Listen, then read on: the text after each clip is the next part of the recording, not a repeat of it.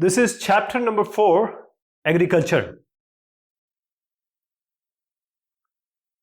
So we are discussing about agriculture, Krishi. In India, agriculture is an important occupation. So India is an agriculturally important country. Two-third of the population, Indian population, is engaged in agricultural activities. Two-third. So this is a primary activity, and apart from this food grains, we also produce raw materials for the industries. Agriculture products like tea, like coffee, then we have spices.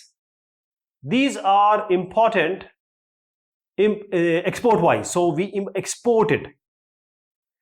So there are certain types of farming, because agriculture is an age-old economic activity in our country, and there are different types of cultivation methods we have, and that totally depends on the physical environment, and the technological know-how, and the socio-cultural practices.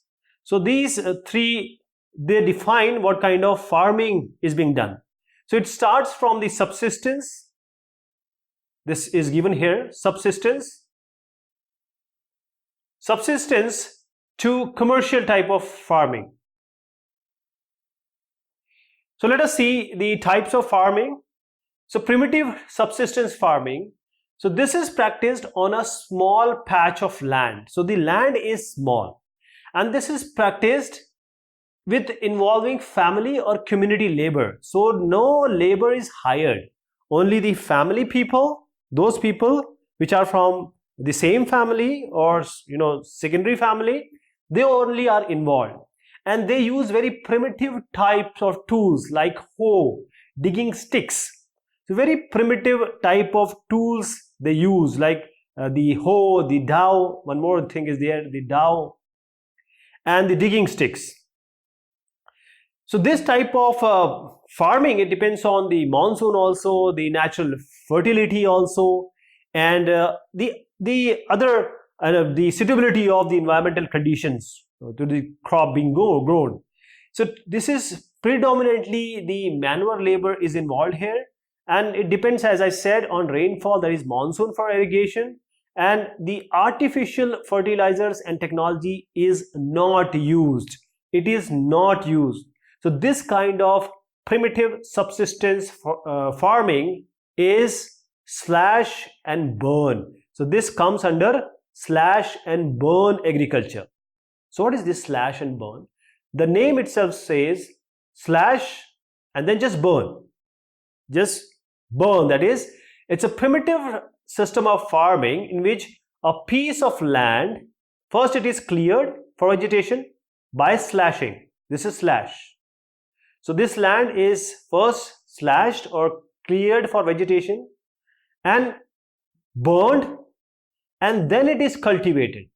So when the fertility of soil becomes less because of the cultivation, the farmer just leave this land. They move to another land, and now they do the same thing, slash and then burn.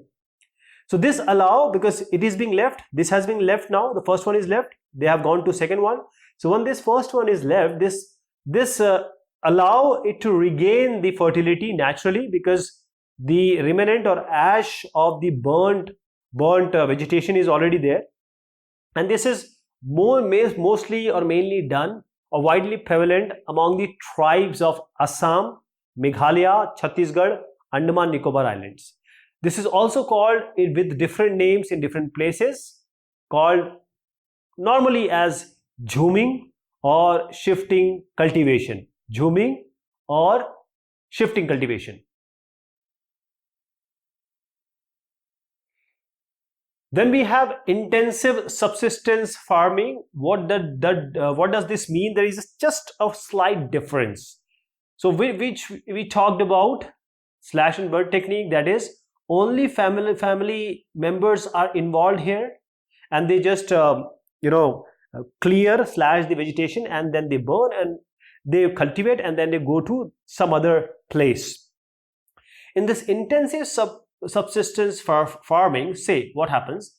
Suppose this is a land being owned by one person. Now this person has, say, 4 kids. Now this will be divided into 4 parts. Now this person's family will be working here, this will be working here, this will be working here. Again, he will get, say, 4 kids. This again will be divided. So this kind of intensive, that is why the word intensive is there. That is, there is a very small area because of the high population density. This is how the population has increased and now the area has decreased. So maximum output is tried or is being outputted, that is tried to be generated from a very small piece of land for meeting the demands of this large population. This number of population is there, you can see. So this is labor intensive farming. At a very small place, a lot of labor is involved. That is, those people who are in a family, they work here and they do everything, like they use high dose of chemical fertilizers, they use a lot of irrigation, that is water, for increasing the production because the area is less and the people are more, so they have to feed them. So the intensive and primitive, both of them, intensive and primitive, both are done to self-feed. That means to feed the family itself, to feed the people who are doing it, not for selling it, not for any market gain. Whatever is produced is being fed to these people. Coming to commercial farming, they use special quality of HYV. HYV means high, this means high, and we have just make it high, then yielding and variety. So this is what HYV means, high yielding variety seeds. They use chemical fertilizers and pesticides. So now we have a very big land, quite a substantial length and breadth of land. They use, or the owner use, HYV seeds. They use chemical fertilizers, they use pesticides, and the main thing why this farming is done, for profit, for money, for the revenue. That is, these crops which are being grown here, they are to be sold. So cash crops instead of food crops are being cultivated as commercial farming, right? There is one more type of farming which is called as plantation. That is called bagan in Hindi. So this plantation is a form of commercial farming only. Please understand, plantation is also a form of commercial farming in which a single crop is grown over a very large tract of land. This includes the different crops which we grow here is tea, coffee, rubber, sugarcane, etc. These are the plantation crops. So tea in Assam, North Bengal, coffee in Karnataka. These are some important plantation crops in these states, right? Cropping pattern. What is a cropping pattern? In India, it depends on the season in which when to sow the seed and when to cultivate. That means once to grow a crop and when to cut it. So it depends on the season, the different climate. So this is a cropping pattern which the Arabs, when they came, they saw the pattern and they called them as, they gave them certain names. And these names are what? Rabi, Kharif and Zaid. Rabi, Kharif and Zaid. Rabi, Kharif and Zaid. So these are sown or in a special reason. We'll just talk about this. So let me take you here. Kharif fasal, Rabi fasal and Zaid. So Kharif crop, this is a monsoon crop. This is a monsoon crop. So that is why we know that on 1st June, the monsoon enters India through Kerala. So Kharif monsoon crops, these are planted in June and they are harvested or cut in October. The main crops are rice, maize, cotton and groundnut. Then we have Rabi. So in between Kharif and Rabi, we have Zaid. So Rabi is a winter crop, Sheet Ritu crop. This is Sheet Ritu crop. It is a winter crop. That is why it is planted in November and harvested in April. The main crops are wheat, pea, barley and gram. Wheat, pea, barley and gram. So there is a time in between Kharif and Rabi. See, there is an October, so in mid-October it is done, and it is November or early December it may start. So in between we have very short span of period. In this we grow Zaid, summer crop, planted in March. This is planted in March and it is harvested in June. The time can change. So watermelon, cucumber, these are the examples. I'll tell you the exact month now. So we will learn this by a kind of comparison. Rabi, as we just said, Rabi, this one is a winter crop. So winter crop is grown in or sown in October, December, harvested in summer, April, June. While the Kharif crop is a monsoon crop. So grown with the onset of monsoon. June it start, harvested in September, October. Zaid, as I said, this is a crop between Rabi and Kharif. So it is between them and this is grown during summer. So what are the major Rabi crops? Wheat, this is a major crop. Barley, gram, peas, mustards, these are some of the important crops of Rabi season. Then we have Kharif.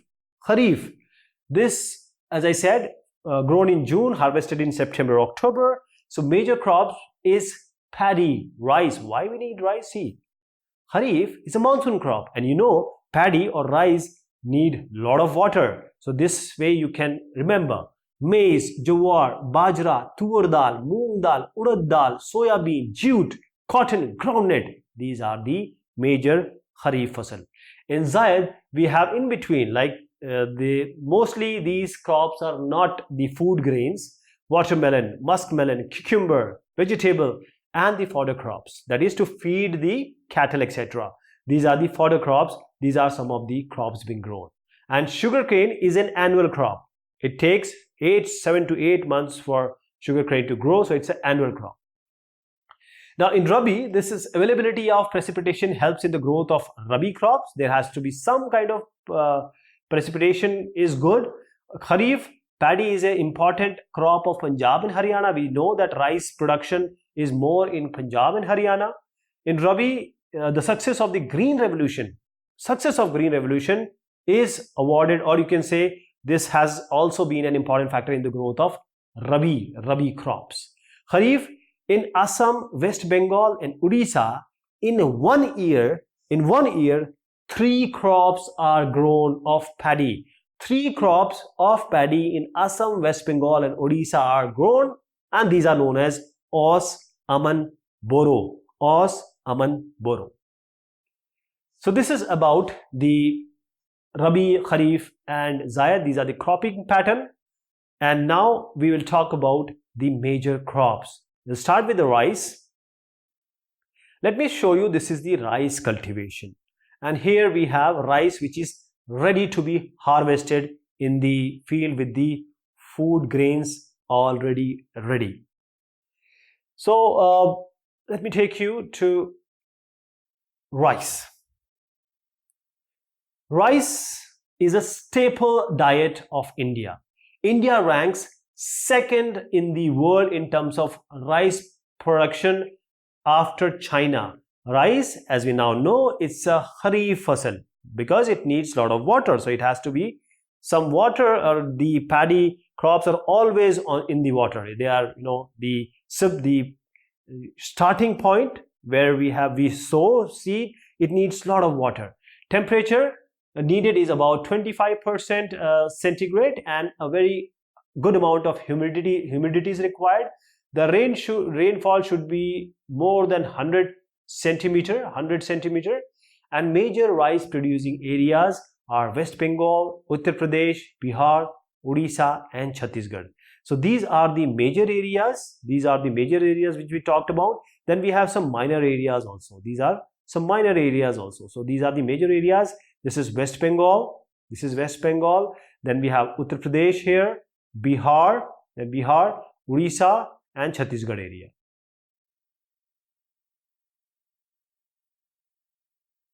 Wheat. So this is the main food crop of northern India. Wheat is a rabi crop. This is a picture of a wheat cultivation. It requires cold climate and very good bright sunshine, because the seeds, the grain have to reap. So that is why it requires bright sunshine. The rainfall needed is around 50 to 75 centimeter, and major wheat producing areas are Punjab, Haryana, UP, Bihar, Rajasthan and MP.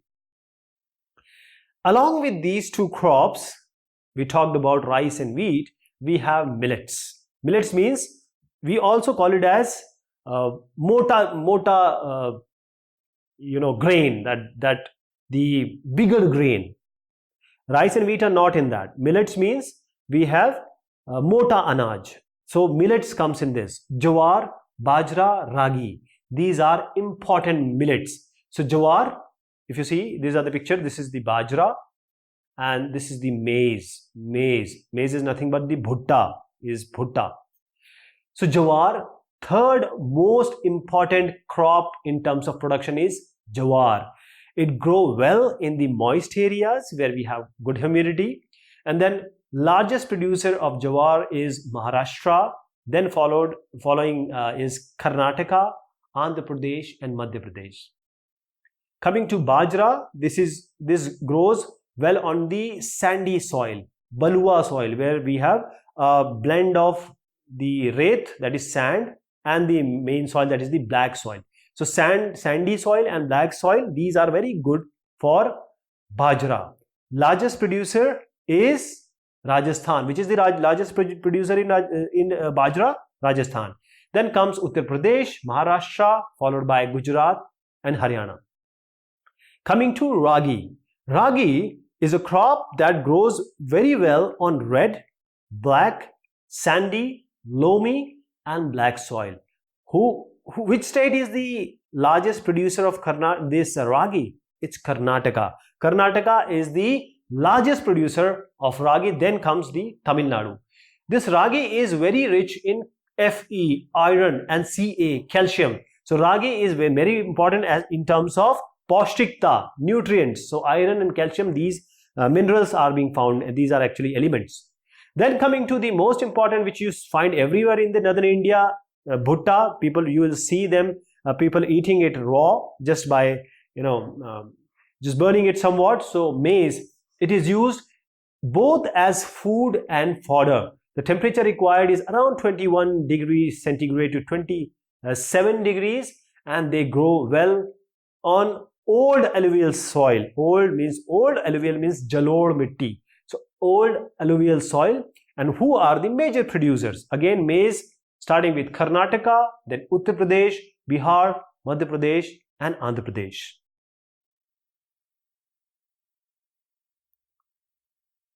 So let me show you the major area of wheat. These are the major areas. Ganga Satluj here. Then we have, these are the minor areas, means these are also produced but less than this one, less than this major area. Coming to pulses. So India is the largest producer. That doesn't mean that we export that much. We actually import it. India is the largest producer because we are largest consumers also. We are the largest producers as well as the largest consumer of pulses. Pulses are the, you can say, chicken of the vegetarians. It is rich in protein. It has lot of protein. The important pulses in India are tur. urad, moong, masoor, peas and gram. So this also improves the fertility of soil because it has nitrogen fixation bacteria. So growing of pulse in between the crops will help because the soil will get enriched in nitrogen. So pulses are being grown in Madhya Pradesh, Uttar Pradesh, Rajasthan, Maharashtra and Karnataka. Then comes the sugarcane. Sugarcane, if you see, these are food crops other than grains. So these are food crops other than grains. That is sugarcane. So this, if you see, this is a sugarcane cultivation. Then we have certain others also we will be discussing just now. These are groundnut, sunflower, mustard. These are ready to be harvested. We'll just talk about that. But let me first tell you about sugarcane. So what are the important points of sugarcane? It grows in tropical as well as subtropical regions. So it is a tropical as well as subtropical crop. It grows well in hot and humid climate. The temperature required is around 21 degree to 27 centigrade. The rainfall is from 75 to 100 centimeter. And India is the second largest producer. Who is the first in sugarcane? It's Brazil. After Brazil, we are the second largest producer of sugarcane. Sugar, jaggery and molasses are produced from sugarcane and they are also used a lot in different industries. So they are grown in Uttar Pradesh, Maharashtra, Karnataka, Tamil Nadu, Andhra Pradesh, Bihar, Punjab and Haryana. Now then we come to tilhan, that is the oil seeds. So we have to talk about this oil seeds after this. This is the oil seed. We call it as, say there are three things, khadyan, tilhan and dalhan. Dalhan means pulses and tilhan means from where oil is coming. So we have oil seeds. So India is the largest producer all over the world in terms of oil. So major oil seeds are groundnut, means from all these oils are extracted. You might be using it in your food. So major oil seeds are groundnut, mustard, coconut, sesame, soya bean, sunflower, cotton seeds, and these are used in cooking oil, also used in making ointments and soaps and cosmetics. That is how these oil seeds are so important to us. Then coming to groundnut. Groundnut is the largest grown oil seed in India. Largest grown oil seed in India is what? It is groundnut. Largest producer is what? Andhra Pradesh. Andhra Pradesh is the largest producer of groundnut, followed by Tamil Nadu, Karnataka, Gujarat and Maharashtra. So tea. Now tea is a plantation crop. Along with this coffee also, coffee is also a plantation crop. So this tea is a plantation crop and this is the tea cultivation. If you see these are the plantation of tea and these are the tea leaves harvesting being done. So this is a beverage, that means tea is used for refreshment, for drinking. So beverage crop, it was introduced by a British. So tea actually was from China and then British brought it into India.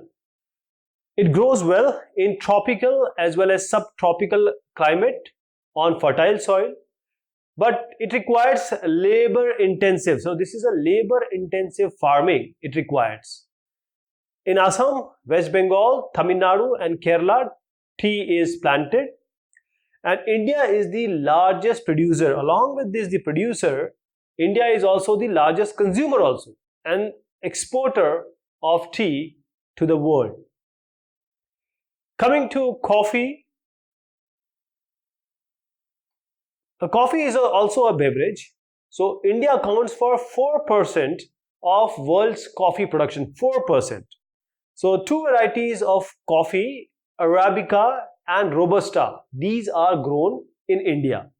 So these coffee plantation, they are in Nilgiri hills of Karnataka, Kerala and Tamil Nadu.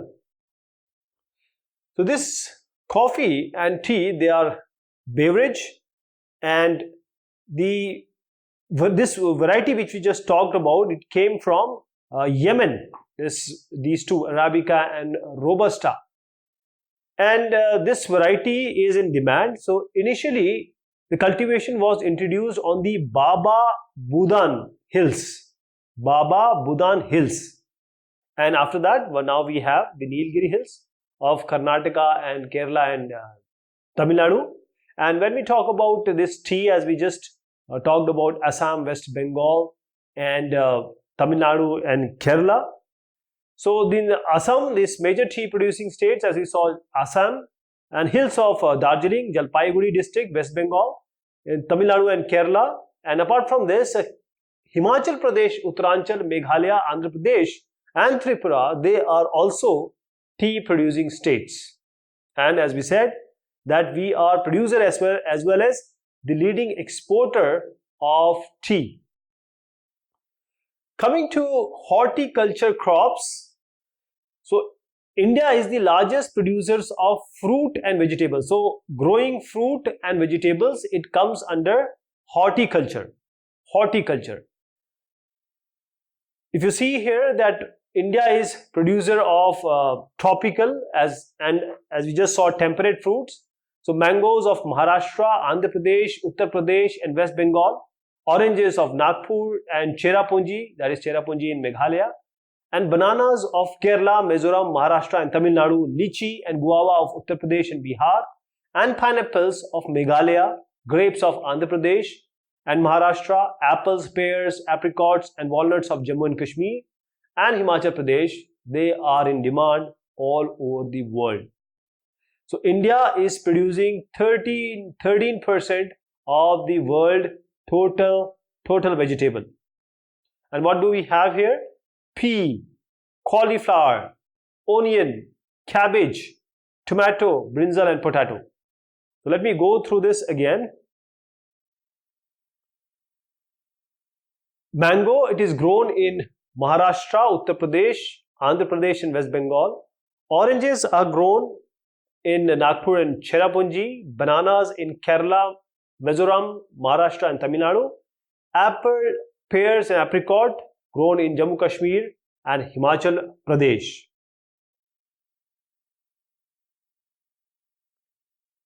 Now we will discuss about the non-food crop. All those we discussed are food crop, that is either we eat them directly or in some form we eat them. But we have now non-food crops. They are also being grown. If you see, this is an example of a cotton cultivation. So rubber, equatorial crop. It's an equatorial crop, but can also grow in tropical region, tropical climate. So rubber plantation, actually it's a plantation crop. So it requires moist and humid climate.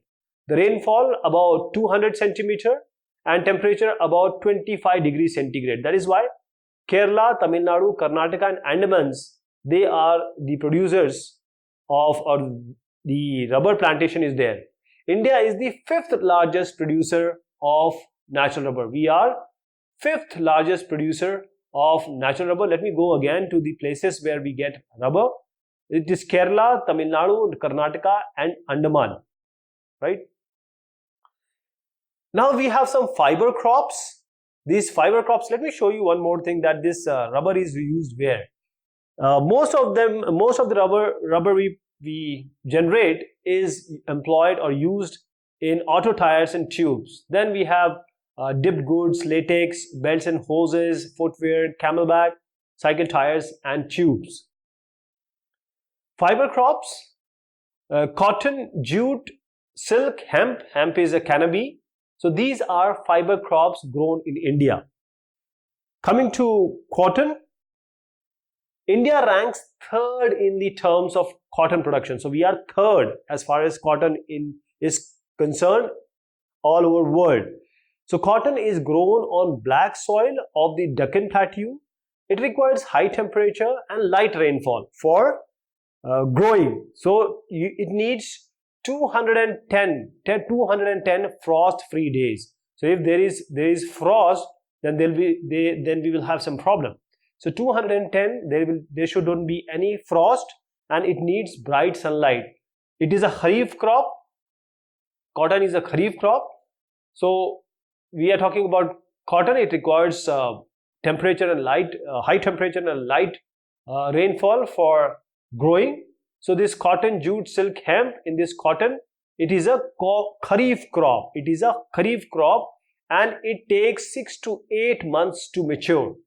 Cotton takes 6 to 8 months to mature. And where it is grown? Copper. It is grown in Maharashtra, Gujarat, Madhya Pradesh, Karnataka, Andhra Pradesh, Tamil Nadu, Punjab, Haryana, and UP. And these are the places we just talked about: Maharashtra, Gujarat, Madhya Pradesh, Karnataka, Andhra Pradesh, Tamil Nadu, Punjab, Haryana, and Uttar Pradesh. You have to remember this. Now coming to jute. So it is also known as the golden fiber. It also requires high temperature and a well irrigated, watered, fertile soil, and it is grown in West Bengal, Bihar, Assam, Odisha, and Meghalaya. So these are the places of jutes, and it is used to make gunny bags, mats, ropes, yarns, carpets, and there are other artifacts also. So along with this, there is always a demand for technological and institutional reforms. It started all way back, and we are actually the agrarian country, so agriculture economy we are. So there has to be some land reforms. So land reforms has been done in the recent past by the government, and this involved initiation, or it started with the first 5-year plan itself when we got independence. And the major land reforms were collectivization, consolidation of land holdings, abolition of zamindari system. So what was happening was, it is called this is called chakbandi. That is, many people or many farmers would have very small piece of land, so they can't get the actual output, and the fertility also is lost. So there is an idea of chakbandi, means combine them and then grow a single crop like this. So collectivization and consolidation of land holdings. And of course, farmers used to work for the zamindars. Zamindars were having their land, and they would just employ these farmers, and they wouldn't pay that much amount, and they were getting all money also and privileges also. So this is how the main idea was to abolish this zamindari system. Apart from this, there were technological reforms also. In this, we will talk about the Green Revolution. First, you see, these are the pictures of modern technological equipment which are used in agriculture. So when we talk about Green Revolution, so this Green Revolution was introduced in 1960s. What is the basic idea? To increase the crop production. So use of high yielding varieties, that is specially created, genetically modified, and high quality, high yielding varieties of seeds in order to improve the overall production were introduced. And then the chemical fertilizers and pesticides were introduced. So this together made the difference, and it was called Green Revolution. White, because the milk is white, for that white revolution was the idea. It is known as Operation Flood also, and this was basically to improve the milk production in the country. So how this can happen? Hybrid varieties of cattle were bought, and they were breeded, and this is how white revolution came into being. So we are talking about this two things, which was Operation Flood and the revolution which is called Green Revolution. So this was all started in this post independence era, and various things were being adopted at this time. And not only these two, but institutional reforms in agriculture were done. That is the Land Development Program. It was introduced in 1980s, Land Development Program, And this scheme, there was a scheme of crop insurance. If drought happens, sukha, or baad or flood comes, or there is a fire, or there is some disease to the crop, then a farmer has no insurance at that time. If something happens, he would just commit suicide, because whatever he has invested, nothing is going to come out. Nobody is there to give him. So the scheme was introduced for crop insurance. If something happens, the kisan or the farmer will get something out of it. Then the Grameen banks and cooperative societies, they were also established for extending the agriculture loans. Then banks were inspired for priority sector lending, that is to lend the farmers. The rates were very cheap for lending them the you can say the money they would take. So the interest rate would be very less as far as the government lending is concerned. This is called priority sector lending. And Kisans were given this Kisan credit card, and this started in 1998 and 1999 by the Government of India in collaboration with the Reserve Bank of India, RBI, and the NABARD. Kisan credit card. So this is a credit card with certain limit. This might have changed. So let us say that it is 50,000. This is issued to farmers, so they can just avail instant credit. This is why this is credit card. So they can just avail instant money or credit, and repayment is done after the crops are harvested. So for preparing the crop, or for sowing and doing all the stuff to create a crop, they have now some money in their hand, and the repayment can be done when they get the profit out of the market selling of this crop. And there were special programs also for farmers on agriculture. They were introduced and broadcasted and telecasted in television and radio. So this was done. So there is one more thing, a Bhudan movement. After Gandhiji, Vinoba Bhave, he was his spiritual hire, or you can say his Uttaradhikari. So he went several places. One place he went and there were farmers asking for something. And one person suddenly, Sri Ramachandra Reddy, he just stood and he offered to give 80 acres of land. So everyone after this was doing this Bhudan. Bhudan, Bhu means Zameen or land, and Dan means you can say giving it for free. So this is Gram Dan. So this was the Bhudan movement without doing anything, means without even having any quarrel or fight. The people who were having land, they were giving it. So this Bhudan movement, it was started by Acharya Vinoba Bhave in 1951 in Andhra Pradesh. And this refers to gifting of land by big landlords which were having a huge amount of land to the landless farmers. So this movement aimed at reducing the unequal distribution of land among the farmers, because some farmers were having immense land, some were not having even a single, you can say, centimeter or millimeter of land. So to reduce the unequal distribution, this Bhudan movement was very, very useful. Villages were also gifted, called the Gram Dan by big zamindar. So this is the Gram Dan. So this happened at that time.